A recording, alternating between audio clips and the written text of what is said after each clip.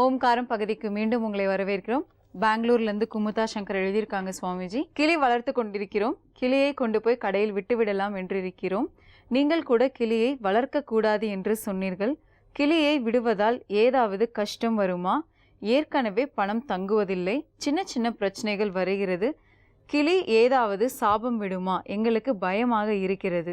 தயவு செய்து எங்களுக்கு இதற்கான விளக்கம் கூறுங்கள் ஐயா. கிளி வளர்க்கலாமா வளர்க்கக்கூடாதா சுவாமிஜி? வளர்த்து இது மாதிரி விடுறதுனால ஏதாவது பிரச்சனைகள் வருங்களா? இப்போ இவங்களுக்கு இது விஷயம் ஏதாவது சாபம் இருக்கா அப்படின்றத சப்தரிஷி வாக்கியப்படி பார்த்துடலாம். அதுக்கப்புறம் இதுக்கான விடையும் நம்ம சொல்லலாம். இப்போ சப்தரிஷி வாக்கியப்படி இவங்களுக்கு இந்த கிளியும் இல்லை இது சம்மந்தமான ஏதாவது சாபம் இருக்கான்னு பார்த்துடலாம்.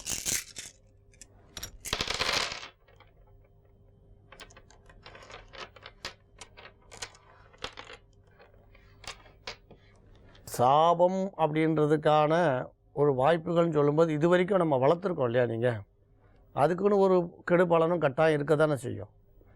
அதனால் அதுக்கான நிவர்த்தியும் பண்ணிக்கணும். கடையில் கொண்டு போய் கொடுக்கறதுன்றது ரெண்டு விஷயமாக நான் எடுத்துக்கிறோம். அதாவது உங்கள் வீட்டில் இருக்க கிளியை யாராவது கடையில் கொடுத்துட்டு அவள் விற்றுருவான்னு. நீங்கள் கடையில் கொடுக்கறதுனால அதுக்கு நீங்கள் சுதந்திரம் கொடுத்தா மாதிரி ஆகாதே. மறுபடியும் இன்னொரு இடத்துல கொண்டு போய் அதை கூண்டில் வளர்க்குறதுக்கான வழியை தான் கொடுப்பீங்க. நீங்கள் மற்றவாளுக்கு விலைக்கு கொடுத்தாலும், இன்னொரு வீட்டில் வளர்க்குறதுக்கு கொடுத்தாலும், இல்லை கடையில் கொண்டு போய் கொடுத்தாலும், நீங்கள் கொடுக்குறதோட எஃபெக்ட் என்ன இருக்குது? உங்கள் இடத்துலேருந்து மாறுறது. அதாவது உங்கள் இடத்துல இருக்கக்கூடிய அது எப்படி இருக்குதுன்னு சொன்னால், உதாரணம் எப்படி சொல்லலான்னா, நம்ம வீட்டு வாசலில் இருக்க குப்பையை அடுத்த வீட்டு வாசலுக்கு தள்ளுறது. குப்பை எங்கேயும் போகல, இடம் மாறி இருக்குது, அவ்வளோதான். குப்பை நம்ம வீட்டு வாசல்லேருந்து பக்கத்து வீட்டுக்கு போயிருக்கு, ஆனால் நம்ம தெரு சுத்தமாகலை. அதே மாதிரி தான் கிளியை கொண்டு போய் நீங்கள் கடையில் கொடுத்தாலும் இன்னொருத்தர்கிட்ட கொடுத்தாலும் அதுக்கு எந்த விதமான சுதந்திரமும் கிடைக்கல. சரி, அப்படியே திறந்து விட்டுடலாமான்னா அங்கே தான் நீங்கள் தவறு பண்ணுறீங்க. கிளியை நீங்கள் சின்ன வயசுலேருந்து வளர்த்தீங்களோ இல்லை இடையில வளர்த்தீங்களோ அது ரெக்கையை கட் பண்ணியிருப்பீங்க. இப்போ அது கிட்டத்தட்ட பார்த்தீங்கன்னா அதுக்கு பறக்கக்கூடிய அளவு ரெக்கை வளர்ந்துருக்காது. இல்லை கொஞ்சம் ரெக்கை வளர்ந்துருந்தா கூட அது ஒரு பால்கனிலேருந்து இன்னொரு பால்கனி தாவறதுக்குள்ளே காக்காவோ இல்லை பூனையோ அடிச்சிடும். அப்படி நீங்கள் சடனாக திறந்து விடுறதாலையும் பிரச்சனை தான் இருக்குது. முதல்ல ஒரு நல்ல ஒரு கால்நடை மருத்துவர்கிட்ட, இந்த பறவைகளை பார்க்குற மருத்துவர்கிட்ட அதனோட ஆரோக்கியத்தை பரீட்சை பண்ணுங்கள். பண்ணி அதுக்கு ஏதாவது குறைபாடு இருந்தால் அதுக்கு மருந்து கொடுங்க. ரெக்கை வளரலைன்னா அவர்கிட்ட ஆலோசனை கேட்டு அது ரெக்கை வளரட்டும்.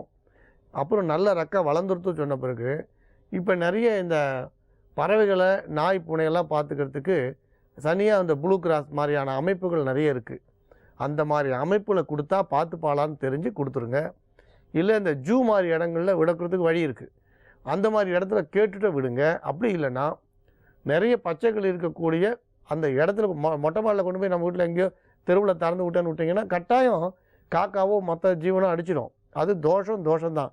பறவைகள் நிறைஞ்ச இடத்துல நீங்கள் ஒரு கால்நடை மருத்துவர் ஆலோசனைப்படி அதை திறந்து விடுங்க.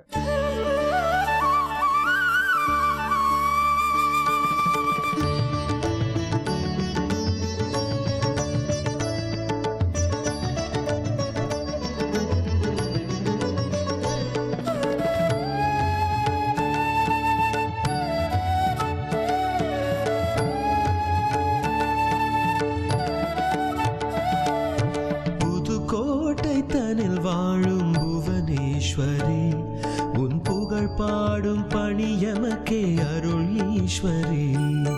புதுக்கோட்டை தனில் வாழும் புவனேஸ்வரி, உன் புகழ் பாடும் பணி எமக்கே அருள் ஈஸ்வரி. மதி கூட்டி விதி மாற்றும் குரு ரூபிணி, மதி கூட்டி விதி மாற்றும் குரு ரூபிணி. நல்நெறி காட்டி ஒளியேற்றும் மனபோதினி, நல்நெறி காட்டி ஒளியேற்றும் மனபோதினி. குரு ரூபிணி மனபோதினி, மனபோதினி குரு ரூபிணி. புதுக்கோட்டை தனில் வாழும் புவனேஸ்வரி, உன் புகழ் பாடும் பணி எமக்கே அருள் ஈஸ்வரி.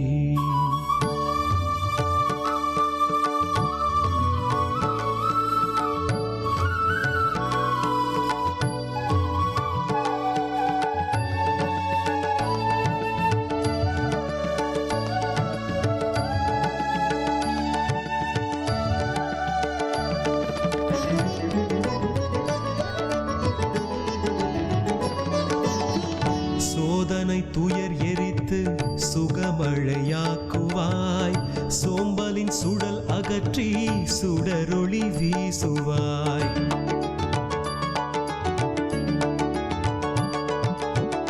சோதனை துயர் எரித்து சுகமழையாக்குவாய். சோம்பலின் சுடல் அகற்றி சுடரொளி வீசுவாய். பிறவி பயன் உணர்த்தி பிணிகளை நீக்குவாய். பிறவி பயன் உணர்த்தி பிணிகளை நீக்குவாய். பேரின்ப வழி அமைத்து ஞான விழி காட்டுவாய். பேரின்ப வழி அமைத்து ஞான விழி காட்டுவாய். புதுக்கோட்டை தனில் வாழும் புவனேஸ்வரி, உன் புகழ் பாடும் பணியமக்கே அருள் ஈஸ்வரி.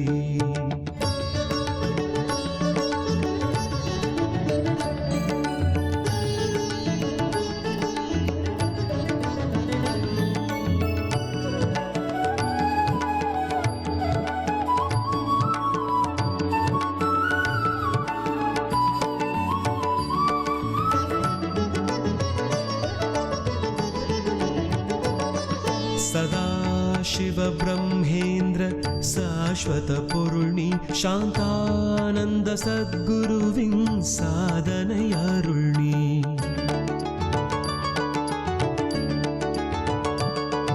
சதாசிவ பிரம்மேந்திர சாஸ்வத பொருள்னி, சாந்தானந்த சத்குருவின் சாதனை அருள்னி. ஸ்வயம் பிரகாஷ ஜீவ ஜோதியின் எழில் நீ. ஸ்வயம் பிரகாஷ ஜீவ ஜோதியின் எழில் நீ.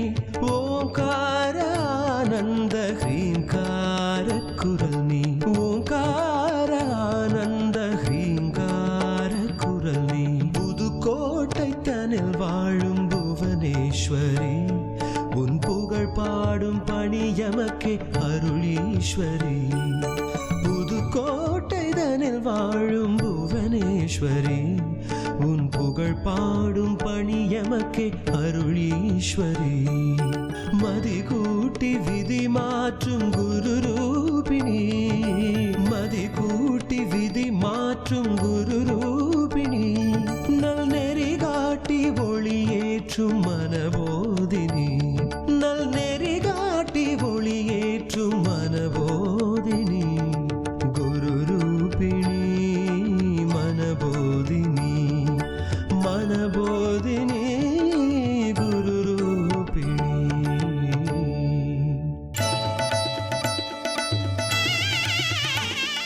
ஜீ தமிழ் தொலைக்காட்சி நேயர்களுக்கு வணக்கம். ஒளிமயமான எதிர்காலம் நிகழ்ச்சி மூலமா ஓம்காரம் பகுதியில் சந்திக்கிறதுல சந்தோஷம்.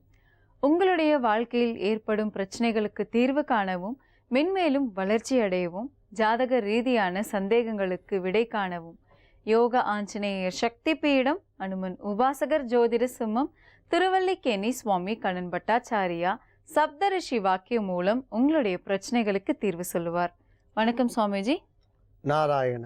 சுவாமிஜி, இன்றைய தினம் எப்படி இருக்கு? என்னென்ன பூஜைகள் நம்ம செய்யலாம்?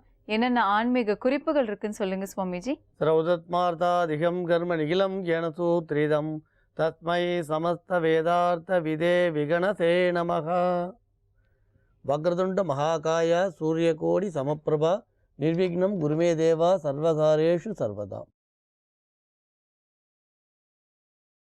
யோகப்பட்டேன பத்தாங்கம் திரிநேத்திரம் சாந்த விக்கிரகம் தியாயே சமஸ்த தோஷக்னம் பாதாத்மஜமகள் வசம். கிருஷ்ணம் வந்தே ஜகத்குரு. ஜெயந்தி மங்களாகாளி பத்ரகாளி கபாலினி துர்காஷமா சிவாதாத்ரி சுவாகாசதா நமோஸ்து.